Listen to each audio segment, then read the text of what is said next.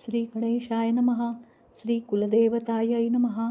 श्री सद्गुरवे नमः. श्रीराम जय राम जय जय राम. अध्यात्म रामायण किष्किंधाकांड तृतीयः सर्गः. श्री शंकर म्हणाले, परमात्मा रामाने युद्धात बालीचा वध केला असता सर्व वानर भयभीत होऊन किष्किंधेला पळून गेले आणि तारेला म्हणाले, महाभागे, बालीचा रणांगणात वध झाला. आता अंगदाचे रक्षण कर. मंत्र्यांना नगर रक्षणार्थ प्रेरणा कर. चारी दरवाजांची कवाडे बंद करून आम्ही नगरीचे रक्षण करतो. बाई, अंगदाला वानरांचा राजा कर. वाली मरण पावल्याचे ऐकून तारा शोकाकुल होऊन मूर्छित झाली. आपल्या हातांनी ती मस्तक आणि ऊर वारंवार बडवून घेऊ लागली. ती म्हणाली, मला अंगदाशी, राज्याशी, नगराशी आणि धनाशी काय करायचे आहे? आत्ताच मी पतीशी सहगमन करून मरणार आहे, असे म्हणून अत्यंत शोकाकुल होत ती केश मोकळे सोडून रडत रडत ती पतिशवाजवळ त्वरेने गेली. रक्ताने आणि धुळीने व्याप्त होऊन पडलेल्या वालीला पाहून तारा हा नाथा, हा नाथा असा आक्रोश करीत त्याच्या पायांवर पडली. करुण स्वराने ती रडत असता तिच्या दृष्टीला श्रीराम पडले. ती श्रीरामांना म्हणाली, हे रामा, ज्या बाणाने त्वा वालीला मारले त्याच बाणाने मलाही मारून टाक. मी पतिलोकास जाईन. पती माझी वाट पाहत आहेत. रघुनंदना, स्वर्गात देखील माझ्या वाचून त्यांना सुख होणार नाही.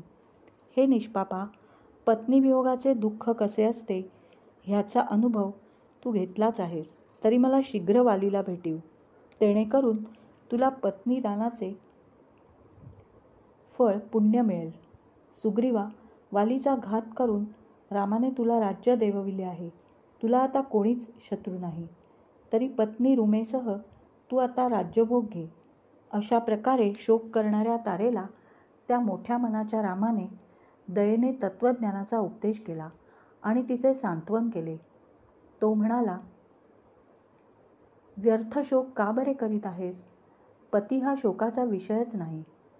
हा देह तुझा पती किंवा जीव तुझा पती ते मला खरे सांग. जडदेह पंचभूतांनी बनलेला असून त्वचा, मांस, रक्त आणि अस्थी ह्यांनी युक्त आहे. काल, कर्मे आणि गुण ह्यांनी त्याची उत्पत्ती झाली आहे. तो तर तुझ्या पुढेच आहे. आता जीव हा आपला पती मानत असशील तर जीव हा निर्विकार आहे. तो जन्मत नाही, मरत नाही, राहत नाही किंवा जातही नाही. तो जीव स्त्री नाही, पुरुष नाही किंवा नपुंसकही नाही. तर तो सर्वव्यापी, अव्यय, एक, अद्वितीय आहे. तो आकाशाप्रमाणे सर्वभर व्यापून राहूनही निस्संग आहे. तो नित्य, ज्ञानमय व शुद्ध आहे. त्याबद्दल शोक करणे कसे बरे योग्य होईल? तारा म्हणाली, हे रामा, देह हा काष्ठाप्रमाणे जड आहे आणि आत्मा हा नित्य व चैतन्य स्वरूपी आहे. मग रामा, सुखदुःखादी संबंध कोणाला आहे ते मला सांगा. श्रीराम म्हणाला, जोपर्यंत देह, इंद्रिये ह्याच संबंधी अहंकारादी संबंध वाटत असतो तोपर्यंतच अविचारी जीवाला संसार लागलेला असतो. हा संसार मिथ्या आरोपिलेला आहे, तरी तो आपोआप नाहीसा व्हायचा नाही. ह्याला दृष्टांत म्हणजे विषयांचे सतत चिंतन करणाऱ्याला स्वप्नातील मनुष्याचा होय. त्याला स्वप्नात अनेक पदार्थ दिसतात, तथापि स्वप्नस्थिती संपेपर्यंत ते खोटे असे वाटत नाही. अनादि अविद्येच्या अज्ञानाच्या योगे करून आणि त्याच अज्ञानाचे कार्य जो अहंकार, त्यापासून संसार होतो. हा संसार निरर्थक असून राग, प्रीती, द्वेष इत्यादिकांनी संकुल व्याप्त झालेला आहे. हे कल्याणी, मन हेच संसार व मन हेच बंधन होय. आत्मा मनाशी ऐक्य पाहून मनावरील बंधनांना भोगणारा होतो. ज्याप्रमाणे अगदी स्वच्छ असा स्फटिकमणी अळता इत्यादी पदार्थांच्या जवळ असला म्हणजे त्या त्या पदार्थांच्या रंगांनी युक्त दिसतो, वस्तुतः त्याला रंग म्हणून नाही. तसेच बुद्धी, इंद्रिये ह्यांच्या संबंध मात्रे करून बळेच संसाराचे बंधन आत्म्याच्या अंगी लागत असते. मीच मन हा भाव धरून त्या मनापासून उत्पन्न होणाऱ्या उपभोगांचे सेवन करीत आत्मा राहतो आणि रागद्वेषादी गुणांनी बद्ध होऊन पराधीनपणे संसारात पडतो. प्रथमतः मन रागद्वेषादी गुणांना उत्पन्न करून नंतर अनेक प्रकारची कर्मे उत्पन्न करते. ही कर्मे शुक्ल उत्तम, लोहित मध्यम आणि कृष्ण अधम अशी 3 प्रकारची असून त्यांच्या गतीही त्यांच्या त्यांच्या योग्यतेप्रमाणे उत्तम, मध्यम आणि अधम असतात. ह्याप्रमाणे कर्मबंधानुसार जीव हा प्रलयकालपर्यंत भ्रमण करीत असतो. प्रलयकाली सर्वांचा संहार होतो. तेव्हा मीच मन असे मानून वासना आणि स्वकर्मे ह्यांसह अनादि अविद्येच्या ठिकाणी जीव लीन होतो. मग पुन्हा सृष्टिकाल आला असता तो जीव पूर्वीच्या वासना आणि मनाने केलेली कर्मे ह्यांना घेऊन जन्मास येतो.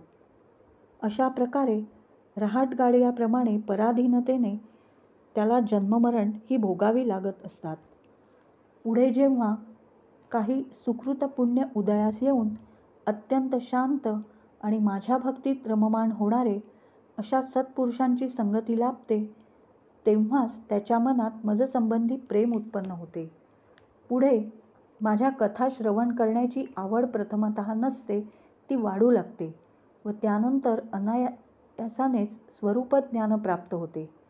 मग सद्गुरूंच्या प्रसादाने महावाक्यार्थाचे ज्ञान होऊन क्षणात आत्मा हा देह, इंद्रिये, मन, प्राण आणि अहंकार याहून निराळा असून तो शाश्वत आनंद स्वरूप व द्वैतरहित आहे असे अनुभव ज्ञान प्राप्त होते व हे ज्ञान झाल्याने त्याला लागलीच मुक्ती मिळते.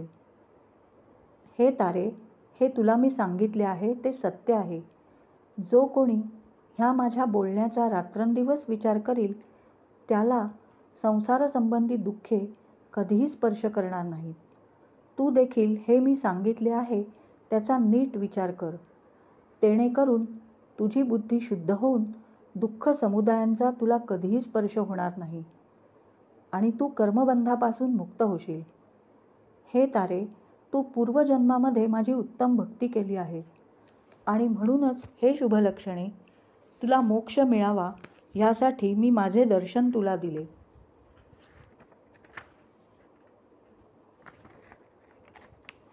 माझ्या रूपाचे ध्यान आणि माझ्या उपदेशाचा विचार निरंतर करीत राहा. मग प्राप्त होतील ती कर्मे करूनही तू निर्लेप राहशील. रामाचे सर्व भाषण ऐकून तारेला अत्यंत विस्मय वाटला. तिने देहाभिमानापासून होणारा शोक टाकून दिला आणि त्या रघुत्तमाला नमन केले. अशा रीतीने परमात्मा रामाच्या क्षणमात्र समागमाने ती तारा आत्मस्वरूपानंदाला प्राप्त होऊन जीवनमुक्त झाली. अनादि अविद्याविषयक बंधनाला सोडून ती निष्पाप होऊन मुक्ती पावली. रामाच्या तोंडून निघालेली वचने ऐकून सुग्रीवाचेही सर्व अज्ञान नाहीसे होऊन त्याचे चित्त तत्काळ स्वस्थ झाले. नंतर त्या वानरश्रेष्ठ सुग्रीवाला राम बोलला, ज्येष्ठ बंधूचा अंत्यविधी यथान्याय सर्व संस्कारासहित पुत्राकडून तू करवावा अशी माझी तुला आज्ञा आहे. होय, तसे करतो असे म्हणून सुग्रीवाने बलवान व मुख्य वानरांना आणवून सर्व राजोपचार वालीच्या अंगावर घातले आणि त्याला विमानात ठेवले. सभोवार भेरी, नगारे आणि दुंदुभी नौबदी वाजू लागल्या. ह्या रीतीने ब्राह्मण मंडळी, मंत्रीजन, मुख्य वानरवीर, सर्व नागरिक, तारा आणि अंगद यांसह जाऊन सुग्रीवाने ते सर्व औध्वदेहिक प्रयत्नपूर्वक यथाशास्त्र केले. नंतर स्नान करून मंत्रीजनांसह तो रामाकडे गेला. नंतर संतुष्ट अंतःकरणाने रामचरणी नमन करून सुग्रीव म्हणाला, हे राजेंद्रा, हे सर्व समृद्धींनी युक्त असे वानरांचे राज्य आपण चालवावे. आपला दास होऊन लक्ष्मणाप्रमाणे आपल्या पदकमलाची मी नित्य सेवा करीन. हे ऐकून राम सुग्रीवाला हसत म्हणाला, सुग्रीवा, तूच तो मी ह्यात काही संदेह नाही. माझ्या आज्ञेने लवकर जा आणि किष्किंधा नगरीचा राज्याभिषेक आपणाला करीव. मित्रा, 14 वर्षेपर्यंत मी नगरात प्रवेश करणार नाही. तुझ्या राजधानीत माझा बंधू लक्ष्मण येईल. अंगदाला आदरपूर्वक यौवराज्याभिषेक करव. मी कनिष्ठ बंधूसह जवळच पर्वताच्या शिखरावर पर्जन्यकाळ संपेपर्यंत राहीन. तोपर्यंत काही काळ नगरात राहून नंतर सीतेच्या शोधार्थ यत्नास लाग. रामाच्या चरणी साष्टांग प्रणिपात करून सुग्रीव म्हणाला, देवा, जशी आपली आज्ञा आहे तसेच मी करतो. नंतर रामाची अनुज्ञा घेऊन सुग्रीव लक्ष्मणासह किष्किंधा नगरीला आला आणि रामाने सांगितल्याप्रमाणे त्याने सर्व गोष्टी केल्या. त्यावेळी सुग्रीवाने लक्ष्मणाची यथाविधी पूजा केली. नंतर लक्ष्मण रामाकडे लागलीच परत आला आणि प्रणिपात करून सेवेसाठी उभा राहिला. नंतर लक्ष्मणासह वर्तमान राम प्रवर्षण नावाच्या उंच व अतिविस्तीर्ण शिखरावर गेला. तेथे एक अत्यंत तेजस्वी स्फटिक निर्मित सुंदर गुहा त्याच्या दृष्टीस पडली. तेथे पाऊस, वारा आणि ऊन ही सहन करण्यासारखी असून फळे मुळेही जवळच होती. ती जागा पसंत करून लक्ष्मणासह आपण तेथेच राहावे असे रामाने ठरवले. त्या प्रवर्षण पर्वतावर दिव्य मुळे, फळे आणि फुले ह्यांची विपुलता असून मोत्यांप्रमाणे स्वच्छ उदकाने भरगच्च भरलेली अनेक लहान लहान सरोवरे होती. त्याचप्रमाणे चित्रविचित्र पशुपक्ष्यांनी त्या स्थलाला शोभा आली होती. अशा त्या पर्वतावर आपले निवासस्थल करून तो रघुकुलश्रेष्ठ श्रीराम तेथे राहिला. किष्किंधा कांडातील 3रा सर्ग समाप्त. श्रीराम जय राम जय जय.